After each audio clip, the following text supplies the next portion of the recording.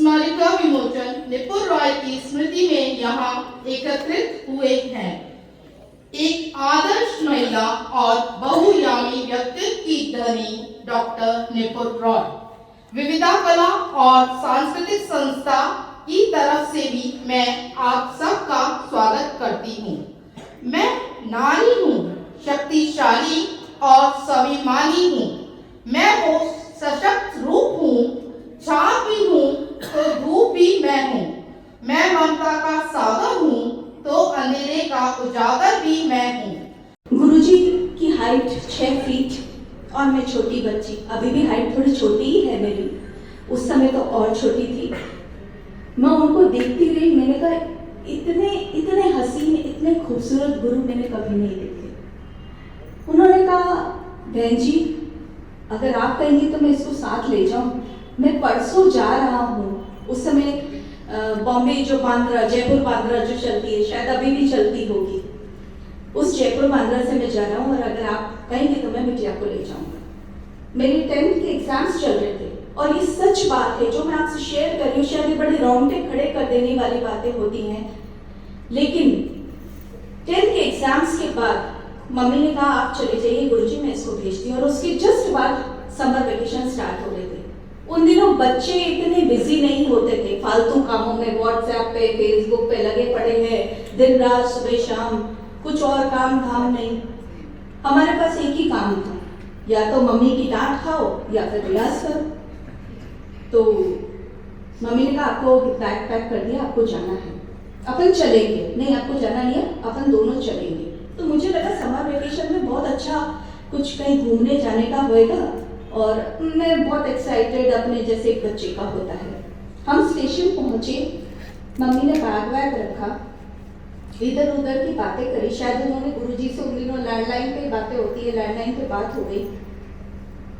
और जब ट्रेन चलने लगी तो मैं उस एसी कोच में अकेली थी, क्योंकि उन्होंने कह दिया था कि मैडम मैं वहां पे उतार दूंगा उनको। आप सोचिए कि मैं क्या सोच रही होंगी।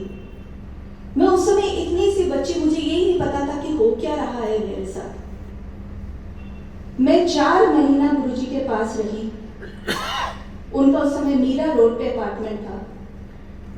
आजकल के बच्चे तो थोड़ी देर में नखरा दिखाते हैं, हम ये नहीं खाते, हम वो नहीं खाते, हमें ऐसे नहीं वैसे नहीं, आई जस्ट चिल वाला सब। लेकिन वहां चिल तो था नहीं। आप सुबह 5 बजे उठ जाइए, नाश्ता करिए, नहाइए धोइए और 10 बजे से अपने रियाज पे चालू हुई। 15-20 दिन तो मुझे ऐसा लगा कितने खड़ूस हैं, कहाँ फंस गई मैं जिंदगी में और मैं आई क्यों यहाँ पे। लेकिन वो धीरे धीरे जब टाइम निकला, घनश्याम भैया हंस रहे, धीरे धीरे जब समय निकला तब मुझे समझ में आया कि वाकई मैं कुछ सीख रही हूँ। खैर बड़े गुरुओं के सीखने की जो चीजें होती है वो आप आज मैं अगर आपको कहूँ कि ध्यान अब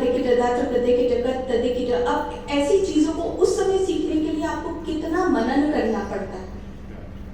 10 मात्रा, पंचम सवारी, ये सब गुरु विद्या है। ये आप यूं बैठ के यूं 2 मिनट में ताल बजा के नहीं हो सकता। इसके लिए आपको सब कुछ छोड़ देना पड़ता है। 4 महीने बाद मैं वापस घर लौटी, तब तक मैं ऐसी हो चुकी थी। गाल पे चुभ गए थे, बिल्कुल एकदम काकड़ी, क्योंकि रियाज जो होता है वो आपको निचोड़ देता है पूरा। और अगर आप अपने गुरु के समक्ष रियाज करते हैं, कोई भी टीचर या गुरु के समक्ष अगर आप रियाज करते हैं तो वो आपको ये भूल जाते हैं कि भाई आप फला कौन है, वो तो सीधा डंडा ही लगाते हैं। जैसे अभी मेरी गुरु सिस्टर अमीन बैठी हैं, तो जब ये खड़ी होती है तो मुझे तो अभी बोलने में, अभी थोड़ी देर बाद में वापस वैसी हो जाऊंगी। तो ये सिचुएशन हर बच्चे के साथ होती है।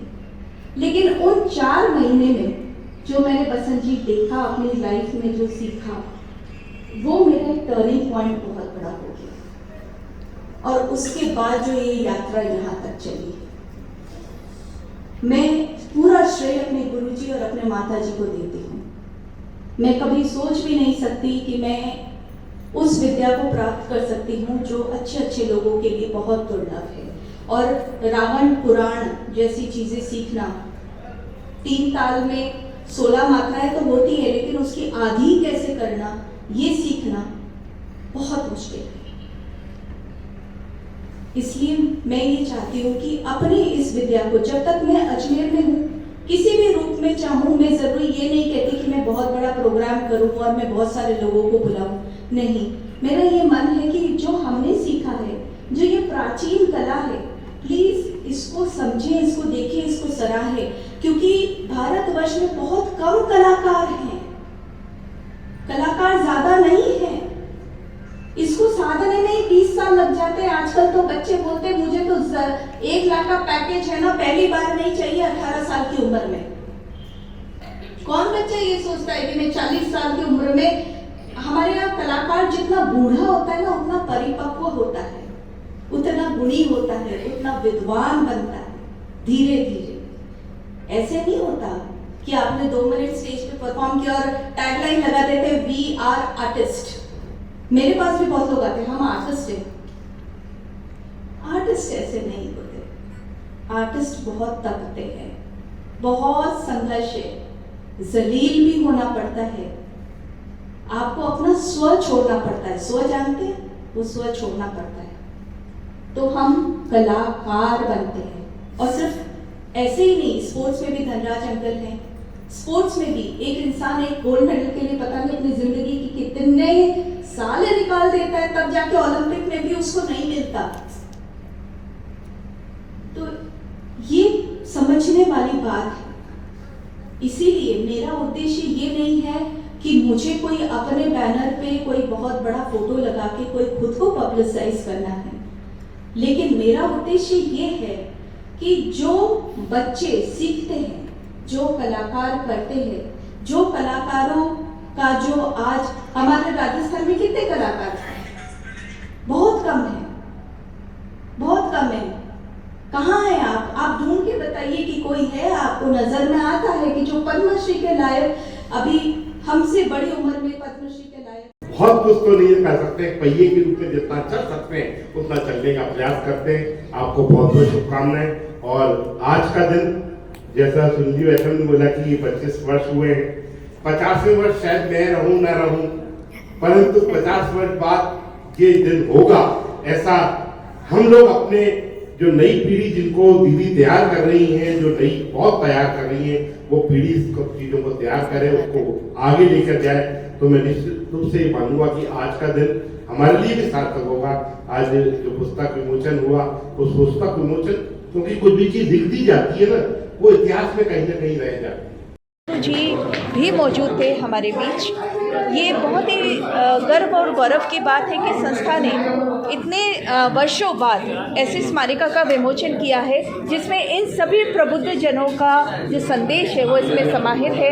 और लोग कहाँ कहाँ से नहीं पधारे, बहुत दूर दूर से पधारे हैं। जम्मू कश्मीर से हमारे बीच आदरणीय दिलीप कुमार जी, जो एसोसिएट प्रोफेसर मीडिया मास जर्नलिज्म कम्युनिकेशन के हेड हैं भारत सरकार में, वो विशेष रूप से आज हमारे बीच मौजूद हैं। और ये बड़े सौभाग्य की बात है कि इस विमोचन में शहर के भी गणमान्य अतिथिगण उपस्थित हैं।